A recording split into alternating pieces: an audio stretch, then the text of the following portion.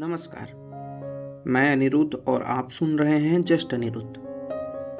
आज मैं महात्मा गांधी का बचाव करने नहीं आया हूं और ना ही उन्हें दोष देने। मैं आज उन्हें समझने आया हूं, क्योंकि हमारे इतिहास में बहुत कम लोग ऐसे हुए हैं जिन्हें विभाजन के समय को लेकर इतना ज्यादा और इतना चयनात्मक तरीके से जज किया गया हो। लोग कहते हैं कि जब हिंदुओं का कत्लेआम हो रहा था, गांधी चुप क्यों थे? उन्होंने पाकिस्तान बनने क्यों दिया? उन्होंने नेहरू, पटेल या जिन्ना को क्यों नहीं रोका? क्या वो वाकई महात्मा थे या सिर्फ एक ओवररेटेड नैतिकतावादी? ये सवाल मूर्खतापूर्ण नहीं है। ये सवाल दर्द से उठते हैं, पुराने जख्मों से उठते हैं और खून की यादों से भी। लेकिन अगर किसी इंसान को सिर्फ अंतिम नतीजे से जज किया जाए, वो भी उस तूफान को समझे बिना जिसमें वो खड़ा था, तो ये वैसा ही है जैसे आग लगने के बाद खंडहर देखकर फायर फाइटर को दोष देना। तो आइए इस पूरे सवाल को शांति से, तर्क से और थोड़ी संवेदना के साथ समझते हैं। ना बड़ाई ना नफरत, बस एक सामान्य समझ। कल्पना कीजिए साल 1946 से 47 का भारत। ब्रिटिश राज जो कि युद्ध से थका हुआ था। हिंदू मुस्लिम तनाव चरम पर था। मुस्लिम लीग पाकिस्तान की मांग कर रही है और कांग्रेस आजादी की। हर तरफ दंगे हैं, डर है, शक है। देश एक ज्वालामुखी के मुहाने पर खड़ा है और उसी तूफान के बीच एक बूढ़ा आदमी खड़ा है, नंगे पांव, साधारण धोती में, हाथ में बस एक लाठी और एक विचार, अहिंसा का। वही आदमी जिसे हम और आप मोहनदास करमचंद गांधी के नाम से जानते हैं। सबसे बड़ा सवाल, सबसे भावनात्मक आरोप कि जब हिंदू मारे जा रहे थे तो गांधी चुप क्यों थे? डायरेक्ट एक्शन डे 16 अगस्त 1946 को मुस्लिम लीग ने पाकिस्तान की मांग को लेकर आंदोलन बुलाया और कलकत्ता जल उठा। हजारों मारे गए, लाशें सड़कों पर पड़ी रही। हिंसा अपनी चरम सीमा पर पहुंच गई। उस वक्त गांधी कलकत्ता में नहीं थे। उन्होंने तुरंत कोई बड़ा आंदोलन या उपवास नहीं किया और यही बात लोगों को चुप्पी लगी। लेकिन यही सबसे बड़ा भ्रम है। चुप रहना और वहां मौजूद न होना दो बहुत अलग चीजें हैं।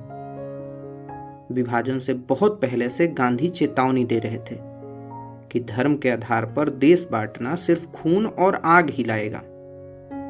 वो बार बार कहते रहे कि हिंदू और मुसलमान एक ही मिट्टी की संतान है। लेकिन जब आग भड़क गई, उनकी आवाज देर से पहुंची और जिनके अपने मरे थे उनके लिए ये देर बहुत ज्यादा थी।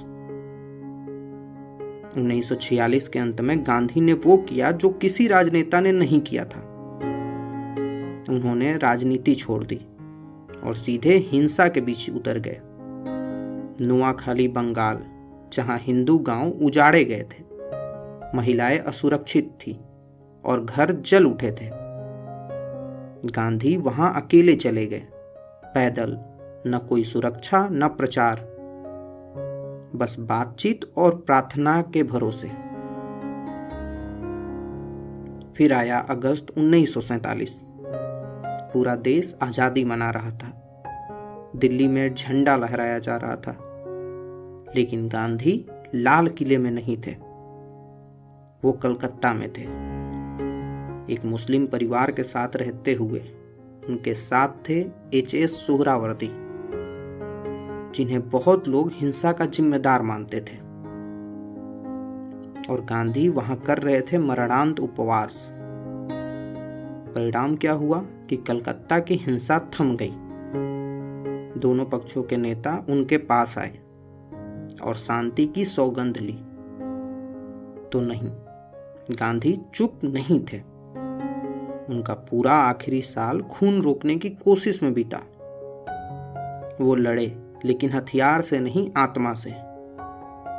हाँ, हो सकता है कि कई हिंदू पीड़ितों को लगा कि वो उनसे ज्यादा संयम की उम्मीद रखते हैं, लेकिन दुख के बीच नैतिकता सुनाई नहीं देती, और यही गांधी की सबसे बड़ी त्रासदी थी।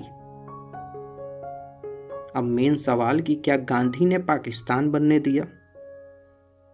यह सवाल आज भी गूंजता है। अगर वो इतने प्रभावशाली थे तो पाकिस्तान बनने क्यों दिया? गांधी लगातार विभाजन के खिलाफ थे। वो कहते थे कि भारत कोई नक्शा नहीं है जिसे चाकू से काट दिया जाए। उनके लिए विभाजन एक नैतिक पराजय था। उन्होंने यहां तक कहा कि अगर भारत बटेगा तो मेरी लाश पर बटेगा। लेकिन हालात बदल चुके थे। ब्रिटिश जल्द निकलना चाहते थे। कांग्रेस को डर था कि अगर न माने तो पूरा गृह युद्ध छिड़ जाएगा। गांधी ने समझौते की कोशिश की। उन्होंने कहा कि अगर जिन्ना को प्रधानमंत्री बना देने से देश एक रह सकता है तो ऐसा कर लो। लेकिन नेहरू और पटेल तैयार नहीं हुए, और जिन्ना अब रुकने वाले नहीं थे। 1947 तक गांधी अकेले रह गए थे। उन्होंने विरोध किया, लेकिन किसी ने सुना नहीं। राजनीति जीती और नैतिकता हार गई। गांधी पर एक और आरोप लगता है मुस्लिम तुष्टीकरण का।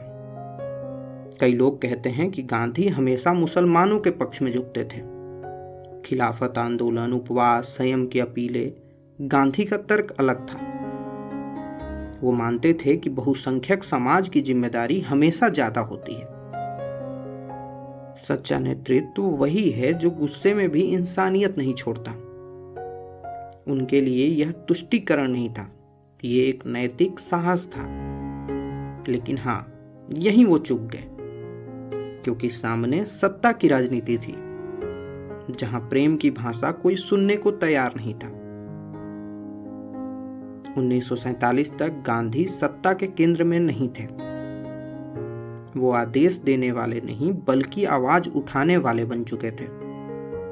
निर्णय ले रहे थे पटेल, नेहरू, माउंटबेटन और जिन्ना। गांधी रोकना चाहते थे, लेकिन उनके पास अब सिर्फ शब्द बचे थे। तो क्या वो असफल थे? अगर राजनीति के दृष्टि से देखा जाए तो शायद हाँ, वो असफल थे। लेकिन इंसानियत के लिहाज से वो असफल नहीं थे। उन्होंने वो लड़ाई लड़ी जो सबसे मुश्किल होती है, अंदर की लड़ाई। उन्होंने हिंसा की लपटों के बीच शांति का मार्ग चुना। लेकिन हर आग बुझाई नहीं जा सकती। तो अब जब कोई कहे कि गांधी ने पाकिस्तान बनने दिया या गांधी चुप थे, तो याद रखिए, उन्होंने अपनी पूरी क्षमता से विरोध किया। अंत तक कोशिश की कि भारत एक रहे।